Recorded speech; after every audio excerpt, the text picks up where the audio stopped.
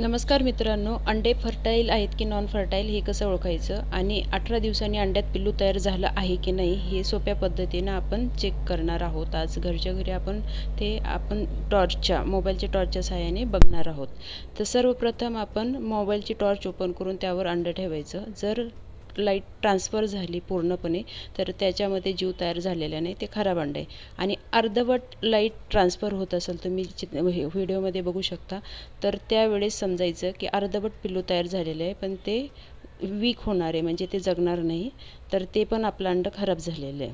तर तिसरं म्हणजे आपण ज्यावेळेस अंडं टॉर्चवर ठेवतो पण लाईट बिलकुल ट्रान्सफर होत नाही आणि एका बाजूने थोडंसं अंड्याचं हे राहतं, त्यावेळेस समजायचं पिल्लू तयार झालं त्याच्यामध्ये.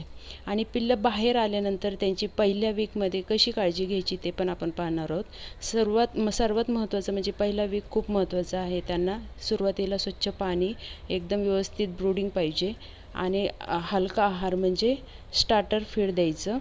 त्यांचं टेम्परेचर, स्वच्छ हवा, पिण्याचं पाणी स्वच्छ आणि ब्रूडिंग स्वच्छ, हे जर आपण व्यवस्थित पाळलं, त्यांची काळजी घेतली पहिल्या आठवड्यात, तर ते खूप हेल्दी होतात आणि पुढची त्यांची ग्रोथ चांगली होते.